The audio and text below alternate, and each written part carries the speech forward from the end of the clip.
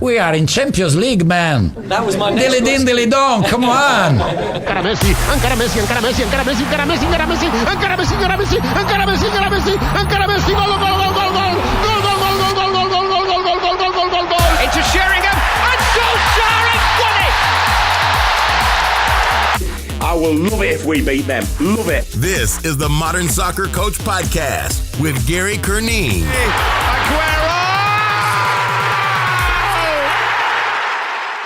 Hello, welcome to the Modern Soccer Coach Podcast. My name is Gary Curneen.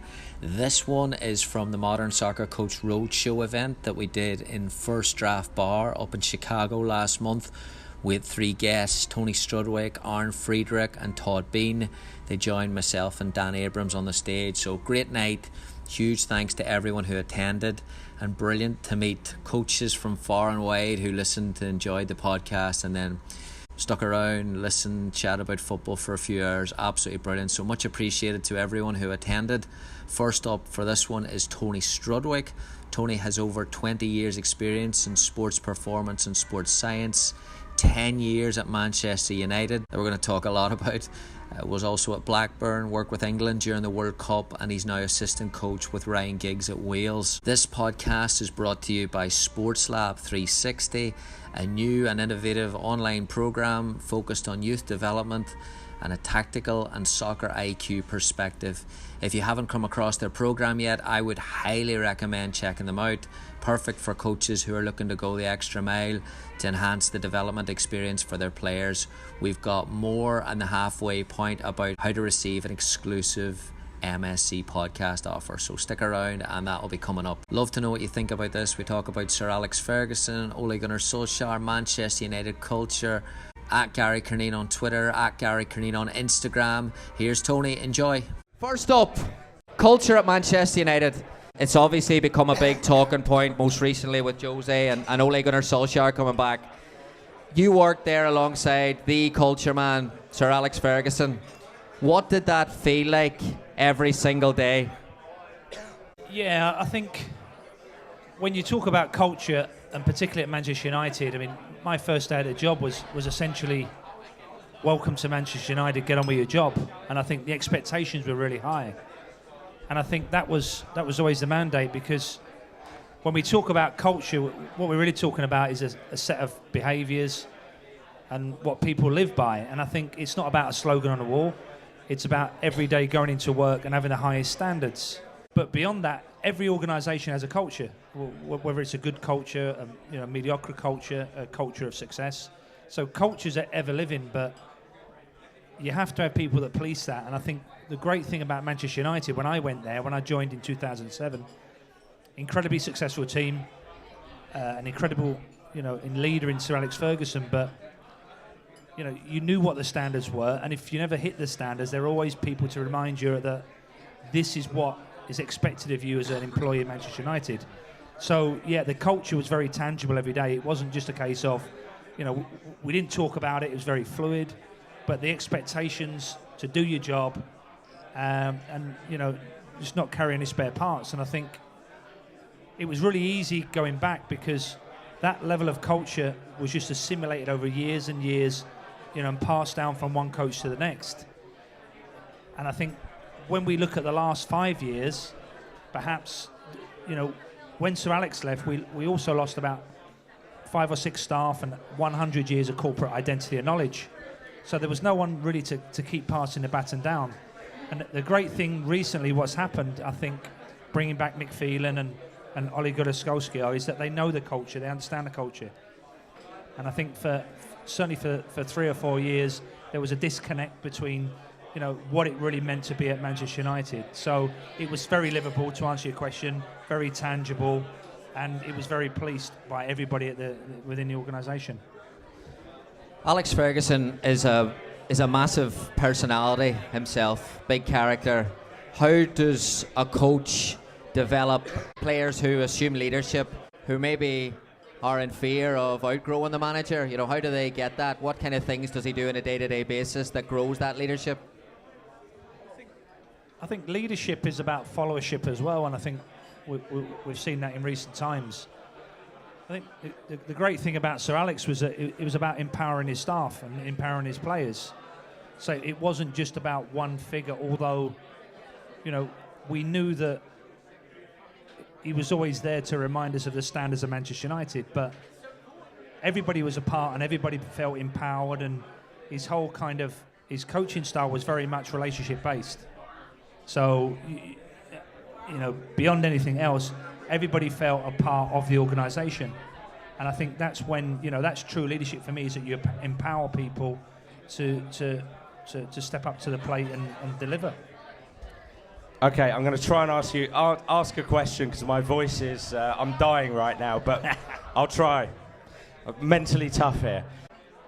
That's interesting what you've just said, because I was talking today in my presentation about autonomy supportive coaching and controlled coaching and the difference between the two. And I think my perception, actually having spent a bit of time working with Steve McLaren and just talking to people who were in that culture for a number of years, is there is a misconception that Sir Alex Ferguson was this sort of controlling coach. He was actually more autonomy supportive. And he was quite clever with that, in as much as he knew which players to give a bit of rope to. And by doing so, he really established a strong leadership base that really drove that culture of success. Absolutely. And I think when you look at the real successful organisations in terms of sport, I think very much high challenge. So every day the players drove incredibly high standards. From the first team right the way down to the academy and academy coaches. So the challenge was high, but the support was also high as well. Yeah. So I think, when you've got high challenge and high support, that's when, you start to overachieve and you start to build this culture of success. It's that balance between stretch and support. Yeah, absolutely. And I think, you can work in some organisations where there's high challenge but low support. And essentially that's a bullying culture. It wasn't necessarily that by any stretch of the imagination. And I think the other thing around that, Dan, is that there was always clarity from the manager down. So effective leadership was about clarity. And that was like my first day on a job. Like I said, it was like the players are downstairs, go and warm them up. Didn't tell me what to do. It was just, he'd trust me to just go and do it. And I think, beyond that, there's a connection now. He's entrusted in me. I don't want to let him down. So that carried me for 6 or 7 years. We talk about the pressure of playing at a club like Manchester United and how difficult it is for players to go out and play at Old Trafford, pressure to win trophies, pressure of worldwide media scrutiny. How much pressure is there on a staff member to support that there in a culture like that? Yeah, I think any member of staff, from first team staff right down to the academy, I think everybody knows what it means to work at Manchester United. And I think that came from Sir Alex 26 years ago, and that was inherited by Sir Matt Busby, and even beyond that. And Sir Alex was always one that when he first came down from Aberdeen in 1986, he was training the under 15, so he set the standards. So the pressure was always on everybody to perform, and it was a kind of like he's the leader, but he's leading by example. I think there were players that came and went that didn't quite understand or couldn't deliver in front of the big crowd and couldn't really come to terms with the expectation of what it was to be at Manchester United. But I think from a staff perspective, I think Sir Alex really recruited good people, and I think he had an eye for talent, and I think that was a good thing. He would bring people in that he knew would deliver for him, and they would put pressure on themselves. And of course, when you work in an intimate small group, there are no spare parts. You don't carry anybody, and I think the pressure was not only internally, but as a group, and the pressure to deliver. We didn't really feel a pressure to deliver to the players, although if ever you went out and did a poor session, they'd let you know for sure. So they kept you on your toes, and I think that's also part of everything, is that everybody's under scrutiny. In these high-performing environments, everybody's under the spotlight. Everybody has to deliver, but there's not necessarily you don't feel that pressure. You just understand that this is how it is, and I think it just becomes a way of life. So I think that some of the things you said there are really interesting. It strikes me that you can have a great deal of physical, technical, tactical ability, but if you weren't resilient, you'd drown in that environment. So how is that, slightly challenging you here, how is that congruent with a supportive culture? Or is it supportive to a degree, but if you really don't have the capacity to play in front of that crowd, then you are going to sink and we're not going to support you in that respect? I mean, I think the other thing unique, we'll come on to that in a minute, Dan, but I think the unique thing about Manchester United and Sir Alex Ferguson is that I think in his tenure he had 5 or 6 assistant coaches. So I think everybody that stepped into that understood the requirements and what it meant to be at Manchester United. And that was common dialogue. Everybody would speak about we're at Manchester United, what it represents, because that's part of culture, that's part of living a behaviour, that's part of a common framework and language. I think beyond that, there are certainly staff members that came to the club and didn't last out, but I think there were a lot more members of staff that really stood their time and 10, 15, 20 years working under Sir Alex. It was supportive. The door was always open. So you didn't feel that you're on your own. If there was a problem, you shared it. And I think that's part of a good organisation as well, is that if there's a performance problem, we share it. We don't take it on. And I think, beyond that, you have to, as a practitioner, you do have to develop your own resilience skills. You have to deal with criticism because it comes our way. And ever more present in today's Twitter world and social media world is that, the modern day coach is going to be inundated with, constant updated criticism. So you have to develop them resilient skills. And part of being and operating within a team and within a culture of success is that they will support you. And I think it was a very supportive environment. A lot of talk today in coach education about sports science, development, getting the balance right. What age should we train in loads and measure things? You mentioned resilience. I know you've done a lot of talking about robustness. Yeah. How did Cristiano Ronaldo play 60 games a season consistently for Manchester United and score 40-odd goals? I think, well, there's a couple of things to pick up on there. One is that, I've been quite vocal that I think sometimes sports science loses its way. I think when sports science isn't new anymore, Gary, it's 40 years old. So what actual sports science means is that utilising scientific principles to get a competitive advantage. So that's not new. I think what we've had in the last kind of 5 or 10 years is this influx of young, really bright practitioners that really don't have the ability to connect with the athletes and to connect with the coaches.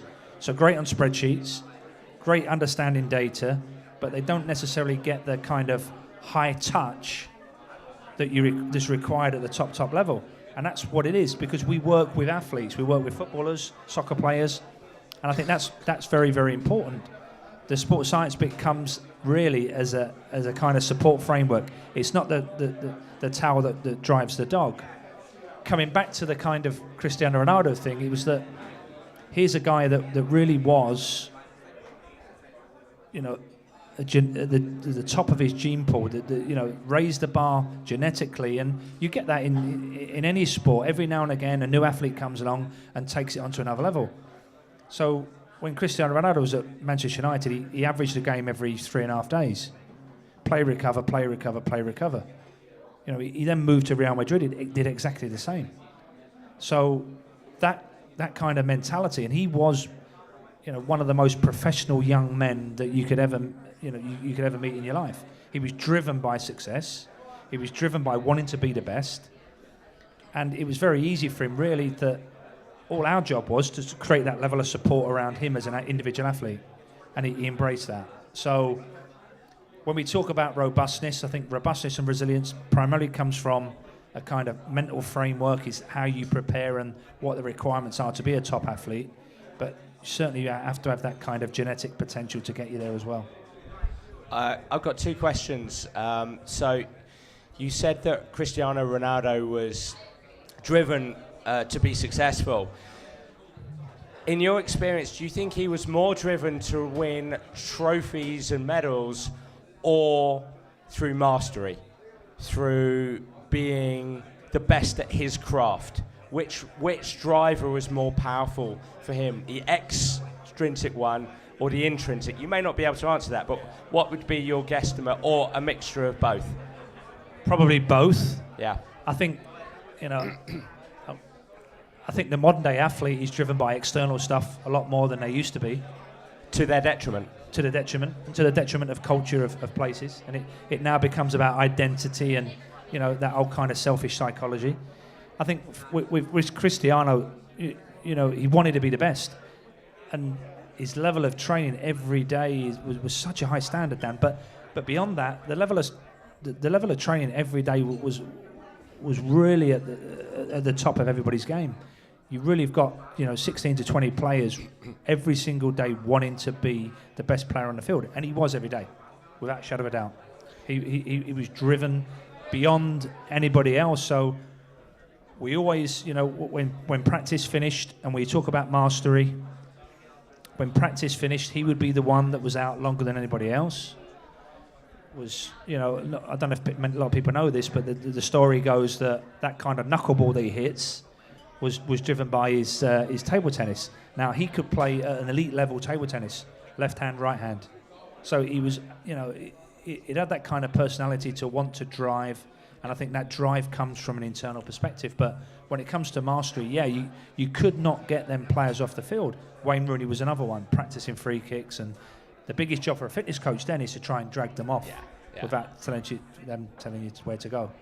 My second question was, I think you mentioned one of the most important words in football, and that's connection. And you use that word with reference to sports scientists losing their way in terms of, I think sports scientists can be socialised into data and numbers, and that becomes the primary thing. Just as I think coaches can be socialised into winning and performance. It's all about winning, it's all about performance. For sports scientists, it's all about numbers, it's all about data. But there's that word connection. You've worked alongside a number of the world's top coaches. How do the best coaches create connection, in your experience? Great connection with players. I think when you talk about connecting, I think it's connecting beyond the field, and that's what relationship-based coaching is about. So you could sit down and have a conversation with Sir Alex Ferguson about grandchildren, parents. So connecting is not just about talking football all the time. It's about understanding, you know, knowing your athlete, knowing your athlete's issues, knowing your athlete's children, names, how you're doing, having a chat. So that piece is very, really important. And I think that, you know, that may well have been lost in the kind of last coach. And I think, you know, the ability to connect, it's not manufactured. You know, it's something that's natural. It's coming in every day. And I think this is the issue with kind of the iPad generation of sports scientists, is that, you know, does an athlete really want to have an iPad pushed in his face as soon as he walks in a training ground? No, he doesn't. And I think there's so much value in asking a human being, how are you doing today? And it's not just a case of, yeah, I'm doing fine. No, how are you doing today? And you can see their eyes, and that's what we call high touch. I love technology, and I love where technology is going.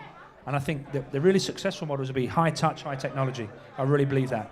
But you can't have low touch, high technology. It just does not work, because then you're not creating a connection with the athlete. And that really is what coaching's about. It's one-on-one human being interaction.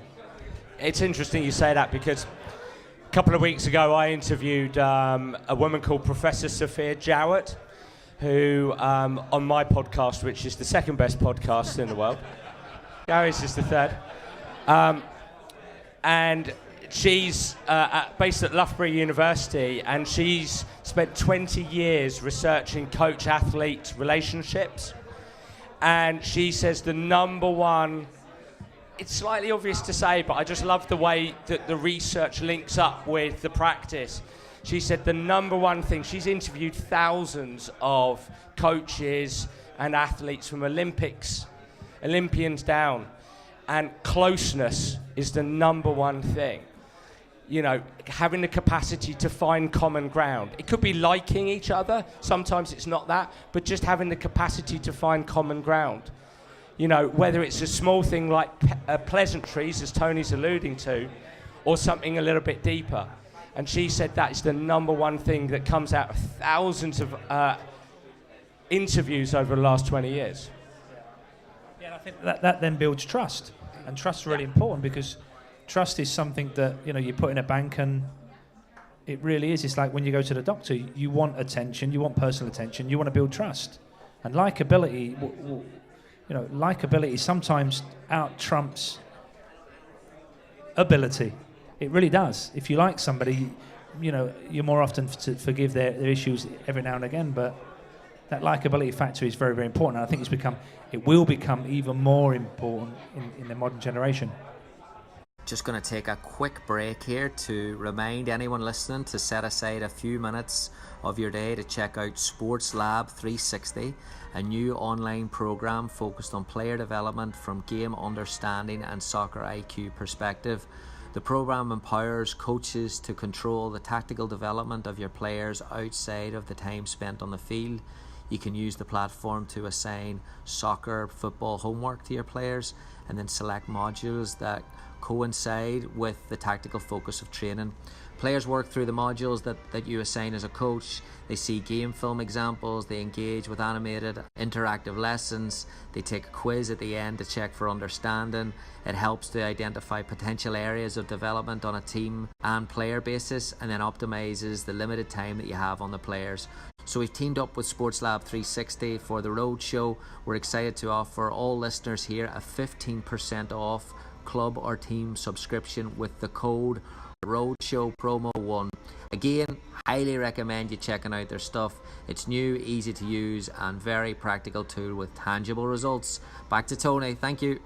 When you look at the Class of '92 documentary, and they're laughing about Ferguson's different stories on how he dropped them for the last games. He's told him that the pitch was bad, and he's told him he needs him for 6 months down the line. And we're all asking ourselves what went wrong, as people on the outside looking in. Well, Louis van Gaal, a reputation as one of the greatest coaches of all time. Jose Mourinho will be the reputation for the greatest coaches of all time. Alex Ferguson does not have a reputation for being one of the training coaches of all time, yet has one of the greatest leadership capacities of all time. So does that then point to, I know it's a very broad brush to go with, but that the personal skill means a lot more? I mean, I think it's complex. I think when you look at, I think we have to accept that Sir Alex Ferguson was a genius, first and foremost. And I think that genius has been magnified in perhaps the last three managers, because all three of them have been incredibly successful in their career. And we learned, at Manchester United, we did learn, a lot of things from the three managers that came in. They're all very good on the grass, all have an ability, this is post-Ferguson, and an ability to deliver. And they have delivered. Jose in particular, he's won everything. I think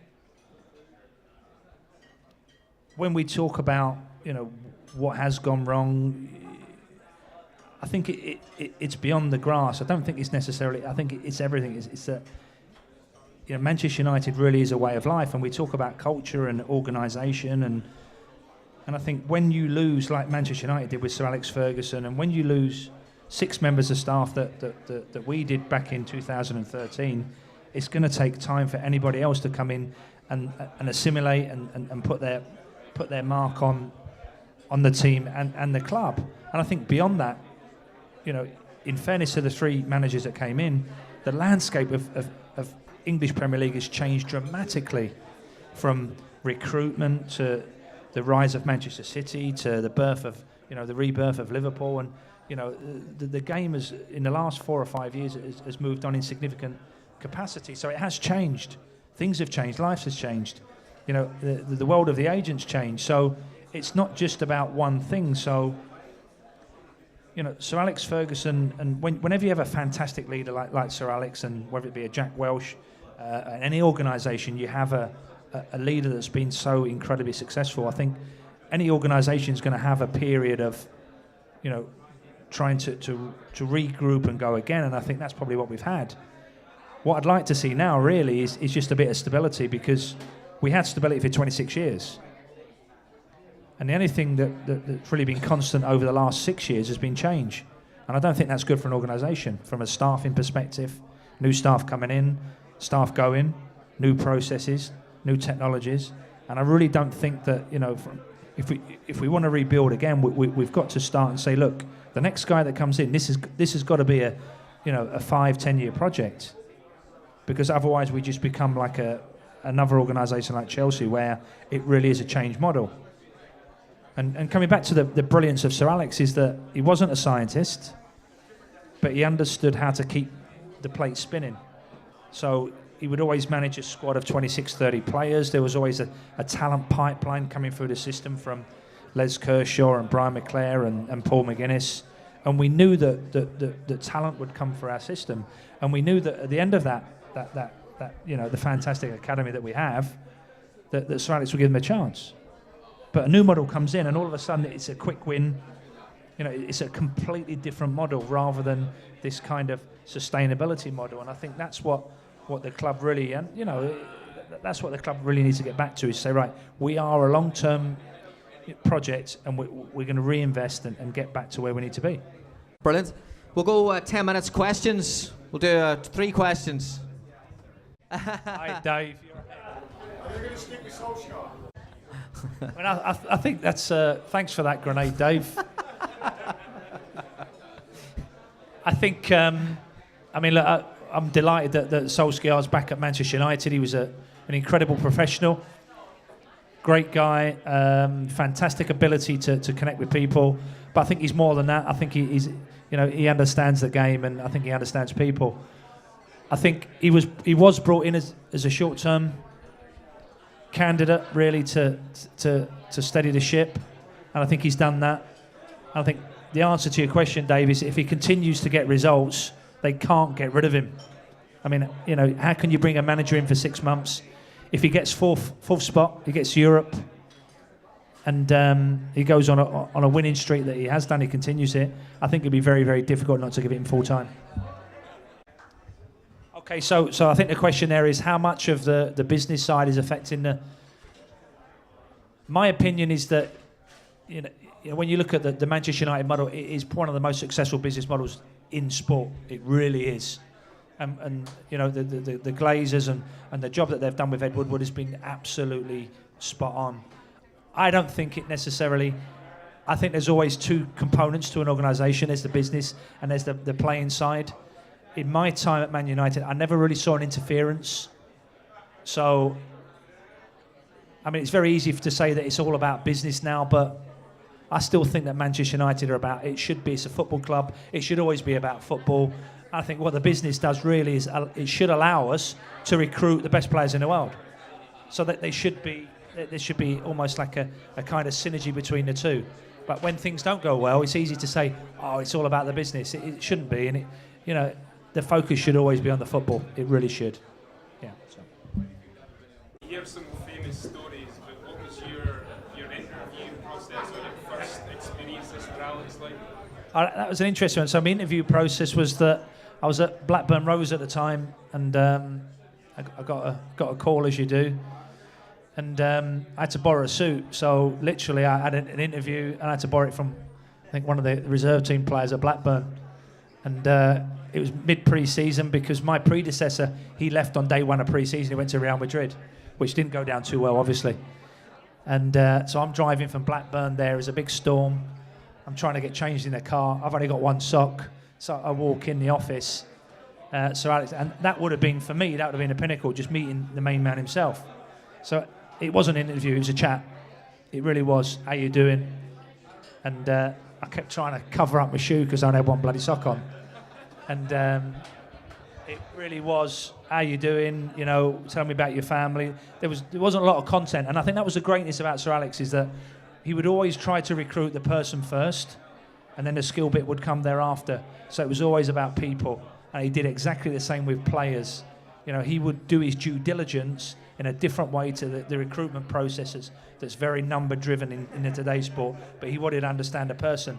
And it wasn't, for me, I came and my wife said, how'd you do? I went, I'm not sure. It was just a chat. And, talking to him after that's all it was. It was just a chat, him getting a feel, and I think that intuitive mastermind was probably that set him apart from everybody else. Were you ever on the end of the infamous hairdryer treatment? Yeah, I was actually. I think.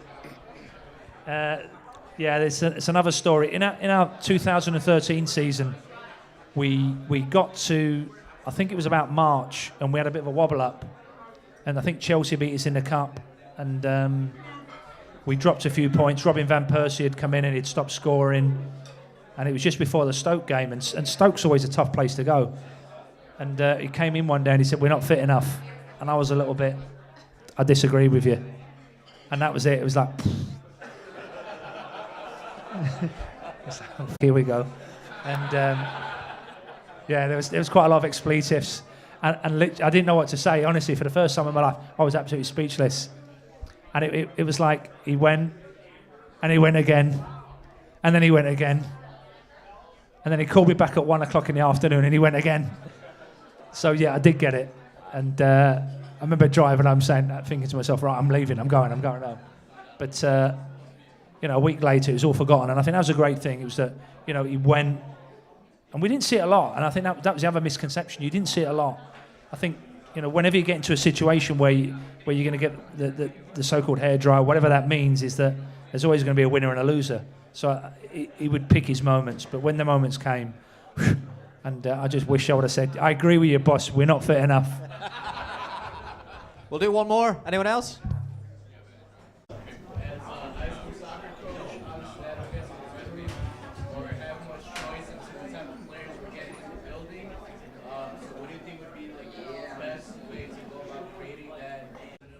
So I think the question there is more about how, working in a high school, how would you create culture? I think the first thing is you've got to be consistent. There's got to be a consistent behaviour strategy that's driven from the coach. And I always say that is that how would you expect your players to live the culture if the coaches don't? So being on time for practice, demanding high levels of professionalism. I think the other thing around that is that clarity and messaging always be clear. And that was a great thing about Manchester United. Everybody understood what their requirements were on a daily basis. So there were no grey areas. There was no, well, what's he doing today? What's the expectation? No, very, very clear. And then beyond that, there's a consistent messaging around culture. So if you're a player and you come to a coach and you ask me a question, it's exactly the same answer that another coach will give you. So consistency of messaging. And I think beyond that, and then the last thing about, I think, successful environments, in my opinion, is that you've got to have fun as well. Be professional, but you've got to laugh. And if you go back to Sir Alex times and you see the camera pictures, everybody had fun. Everybody came to work. They knew when to switch on, when to switch off. So there was a positive classroom policy. Be on time, do your best, but have fun doing it. And I think, just sticking with them basic principles, that allows you to build a platform. And when people come into that environment, they understand what it is and what it's about. Just to give you my 2 cents worth, I would be tempted to empower your young players to drive the culture. So Tony said there about behavioural boundaries. I would do a session with them where you empower them to come up with their behavioural boundaries, because then it's more believable for them. You're giving them the opportunity to experience leadership. You're giving them the opportunity to have a conversation amongst themselves. You're giving them that freedom. So you've got that beautiful balance between structure, so some controlled coaching, but autonomy supportive coaching, because you're giving them the autonomy to come up with the behavioural boundaries. And if you're high school, they'll come up with some good stuff, but then you ask them permission to be able to hold them responsible, hold them accountable for that.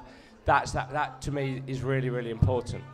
They set your culture, and then you guide that culture. You facilitate that culture.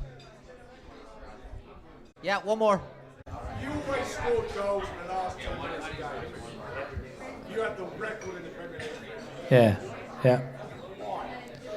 So the question there from Dave is that Man United, and they run some stats on that as well, Dave. I think they overachieved against some statistical model by about 10 or 15%. So whether you call it Fergie time, whatever you call it, and I think it was complex. I'd love to say that we were the fittest team, Dave, but it wasn't the case. I think beyond anything, it was about risk management, and I think Sir Alex was the master of risk, and he would manage. It's a bit like a basketball game. He would manage the game, and he would wear the opponents down, and he would make the right substitutions for the last 10 minutes of a game. And he would always get players on the field that could score goals. So he would always take Michael Carrick, could be our best player, bring him off, and we're all looking. He'd put Darren Fletcher on because he knew that Darren Fletcher could score a goal. So he would get goals on the field. So I think his ability to manage that last 10 minutes of a game and not panic, that was very, very important. I think beyond that, there was almost like a self-fulfilling prophecy. Teams would rock up to Old Trafford. It would be 0-0 with 10 minutes to go, and they'd settle for that, Dave. And I think they'd then retreat, and then Man United can then find spaces and wear opponents down. So I think that tactical piece that the players worked out themselves. And Paul Scholes and Ryan Giggs always used to talk about, lending the ball, getting it back, making teams move, making a move, for 80 minutes, for 85 minutes. They'd find the opportunity in the last minute. They'd be patient. But the other team, there would always be a moment when they'd switch off, Dave. And they had the ability for them winning moments. So risk management, putting yourself in a situation where you shoot to win, because he weren't happy with a draw. He wants to win. Drawing was like losing. So I think where other teams come in and they're just happy with a draw, and that kind of self-fulfilling prophecy as well as the tactical piece. And I think when you get that kind of mix and teams rocking up, and you've been there at Old Trafford, I went there with Blackburn, you're happy, bloody hell, we got 1-1 today, and then the next minute, boom. And it happened so often, and I think it was just a culmination of all them things that we've spoken about. Tony, outstanding. Thank you so much. Loved it. Thank you. Thanks, guys. Thanks so much to Tony for his time and his insight there, and for Dan, and for everyone who joined us for that. Hope you enjoyed listening to it. A couple of takeaways from me. Just the things that I write down. Leadership is about fellowship as well. His coaching style was very much relationship based. Likeability sometimes trumps ability for a coach. He was a genius, spinning a number of plates. Coaches who have the ability to connect with athletes and players. Does a player want an iPad pushed in their face first thing in the morning? No, they don't. And I think there's so much value in asking someone how they're doing. As we start to get more knowledge about coaching, and especially in social media, the information is just flooding every day. Match analysis, statistical analysis, little clips, tactical pieces that we can bring into our programs, session ideas, session plans, coaching articles. All this information appeals to us as coaches because it's what we want. We want all that information. We want new ideas, we want new studies, we want new evidence. Don't ever get lost in the fact that it's about people.